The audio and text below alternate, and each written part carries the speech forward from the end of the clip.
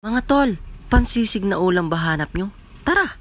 Total, nanonood ka lang ng video. Tara, samahan mo ako mga tol. So, gagawa tayo ng sisig na pang-ulam. So, ayun na nga, tignan nyo naman yung sisig. Ayun na nga mga tol, sinindan ko na pala yung karton dyan para painitin na yung ulo ng jowa nyo. Ay, stay, mali pala. So, yung uling pala yung sisindan natin dyan mga tol. Para mamaya, mainit-init na rin. At saka ilalagay na rin natin yung baboy mamaya. So, ayun na nga. So, nagliliyab-liyab na yan. So, mamaya-maya, ang init na yan, parang yung jowa nyo mainit pala. At ayun na nga mga tol, so mainit-init na rin yung ihawan. So ayun na nga, kinuha ko na rin yung baboy. Tsaka mga tol pinakuluan namin yung mga tol para pag kinain mo yung sisig, hindi matigas at alambot niya mga tol. So tignan nyo naman kung gaano kalalaki yung gagawin natin pang sisig. So magsasawa ka talaga dyan pag tinikman mo yung sisig. Tsaka hindi ka mabibitin kung ako yung gumawa ng sisig. So ano mga tol, tara na. Tignan nyo naman mga tol yung inihaw natin para sa sisig. So tignan nyo naman, nagmamantika yung mga tol. So at saka alalaki pa. So magsasawa ka talaga kakain ng sisig dyan. So ayun na nga ano pa hinihintay nyo mga tol?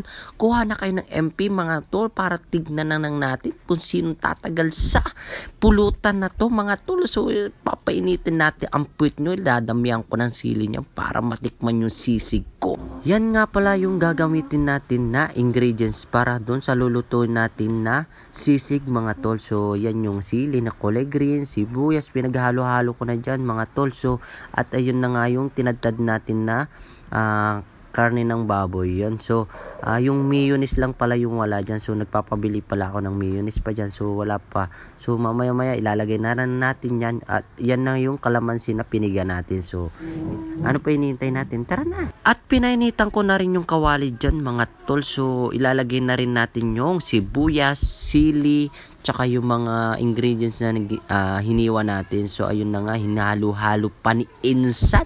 Ang lupit mo Insan. At ayun na nga, ihuhulog na rin natin ang tinadtad natin na pang sisig natin. So yun na nga, so nilagyan ko na rin ng mga paminta yan. Lahat ng ingredients nilagay ko na dyan. So hindi ko na naipakita sa inyo mga tol.